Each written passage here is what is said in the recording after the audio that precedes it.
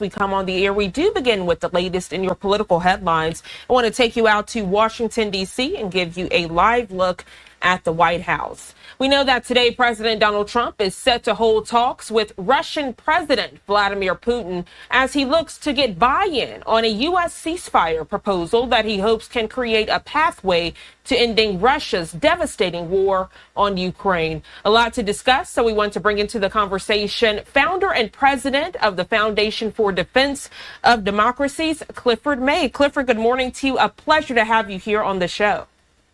Great to be here with you. So a lot of people expecting great talks between President Donald Trump and Russian President Vladimir Putin. If we do compare the talks that happened with Trump and Zelensky, the president of Ukraine, these talks supposed to happen over the phone. How important is this conversation, Cliff? What can we expect? Well, they're very important. They're life and death talks. Well, here's what we can expect. We can expect that Putin will say to Trump, you know, I'd like to have a ceasefire, but there are certain preconditions. For example, I wouldn't want to have a ceasefire and have Zelensky continue to receive arms. I don't want him to rearm and prepare for further fighting. So you have to see that he doesn't. And I don't want to see European troops there as peacekeepers. I don't want to see any of that. In other words, Zelensky agreed to a ceasefire with no preconditions, no security guarantees, none of that. He was pressured into it, and he gave up on the mineral rights. You know about that. We can talk about that. Putin wants conditions. It is very important, and this is what I hope, not what I know, that President Trump says, look, Zelensky agreed to a ceasefire, no preconditions. I want a ceasefire. I told people you wanted a ceasefire. No preconditions here. That would be my hope at this point.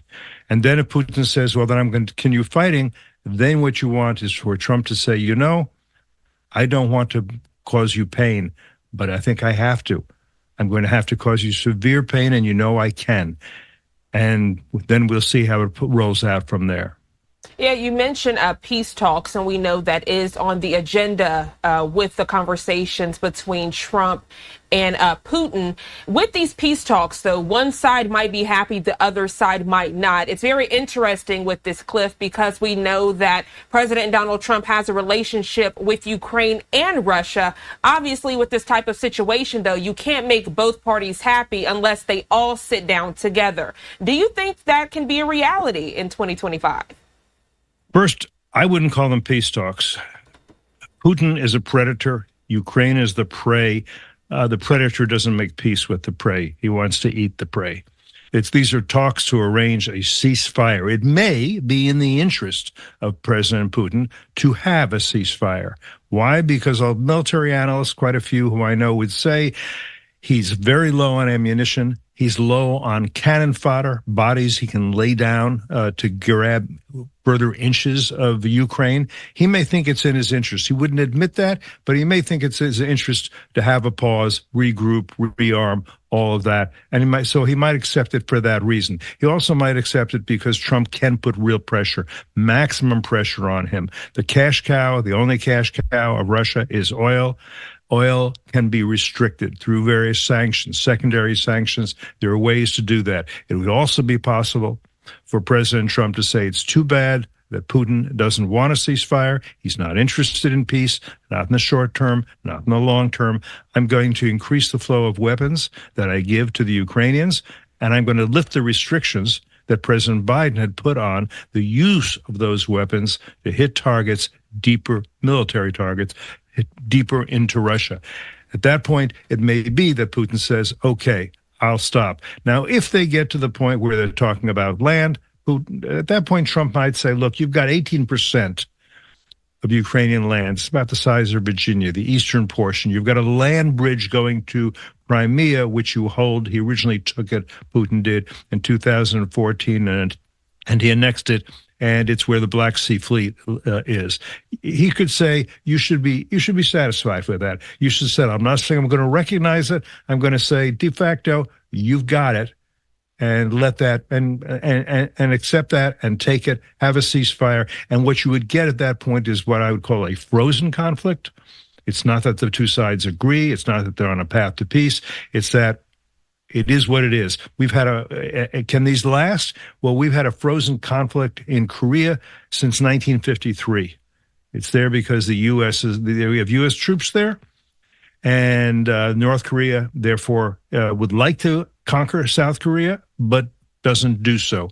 I would like to see two things. I would like to see British and French troops going over as peacekeepers. They've been talking about that. Putin doesn't want that. Ukraine is a free nation. They can invite them.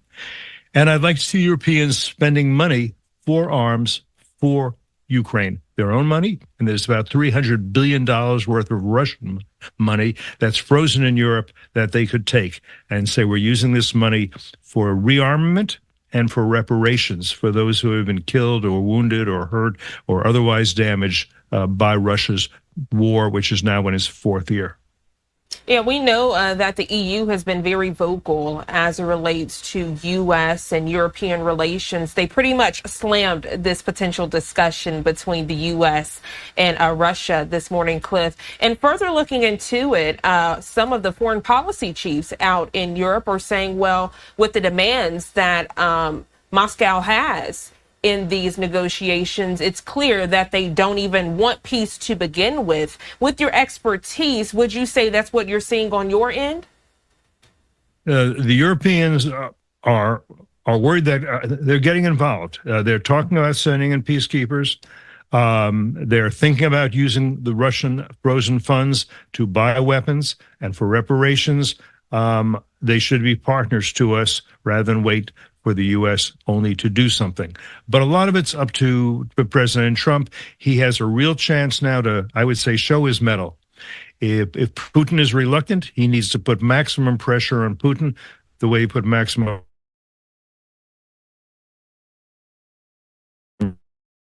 pressure on Zelensky. If he does that, that'll be very important. Oh, that's bad. If he doesn't do that, here's what happens. Xi Jinping in Beijing, Ali Khamenei in Tehran, Kim Jong-un in North Korea all look and say, okay, once again, the Americans don't stand up. This is a good time for me to do what I want to do, whatever that may be, take one of my neighbors or try. The U.S. will back down at the end. And so you could have Ukraine being to Trump what Afghanistan was to President Biden. That would be very bad. Cliff, you raised an interesting point about America standing up as relates to a world conflict overall. We know that President Donald Trump has been very adamant saying that he does want the conflict between Ukraine and Russia to come to a halt. He says that if he was president 4 years ago, this never would have happened. He says that Russian President Vladimir Putin has a lot of respect for him. But at what point does the respect need to play out and turn to an action? Meaning that many Americans this morning are saying, okay, well, if he has that respect for you, he needs to listen to you, and there needs to be a ceasefire between the two parties. No, that's exactly right. We will see whether Putin has respect for Trump or whether he thinks Trump doesn't mean very much. I can push Trump around. I'm going to tell Trump what I need. He's either going to give it to me or not. I can keep fighting, and I will. We'll see. This is a very important moment for President Trump. There are a lot of people, as you know, who say, oh, he likes Putin too much. He's kind of enthralled with Putin. He can't stand up to Putin. I think he can. In his last term, he was tougher on Putin than Biden or Obama were. He sent more lethal weapons to Ukraine than either Biden or Obama did. But what we don't know is how he will handle this situation today. I guess this he's given it some thought.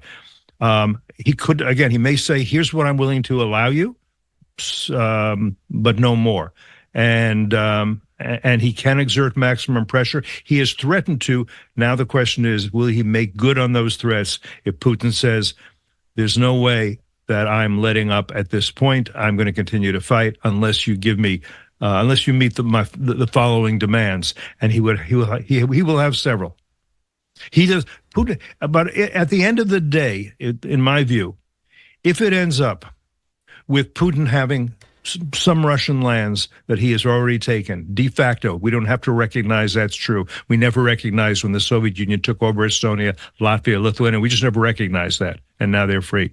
If it's a frozen conflict, we don't recognize it. Putin holds on to what he has. The fighting stops, but Ukraine remains a political entity with sovereign independence and a unique political culture. That's not the worst in the world. That's not justice. That's not great. It's not what I'd like to see, but it's something, and they can fight back. I'm reminded of the 1939 war that Finland fought against the Soviet Union. People don't know if this wasn't a very famous war. It was about the time of World War II starting. The Soviet Union tried to drag Finland into the Soviet Union. The Finns fought like banshees. At the end of the day, what happened? They lost 11% of their land, but they retained their independence 2 years ago. They finally joined NATO. Well, I will tell you, Cliff, a lot of eyes are on this potential phone conversation today between Trump and Putin. Of course, once we get any information, we'll share it here on Live Now. Cliff, a pleasure having you on the show bright and early. We appreciate your dialogue and your expertise on the topic. Thank you so much. I hope you have a great rest of your day. Same to you, Gene. Thank you. Thank you. And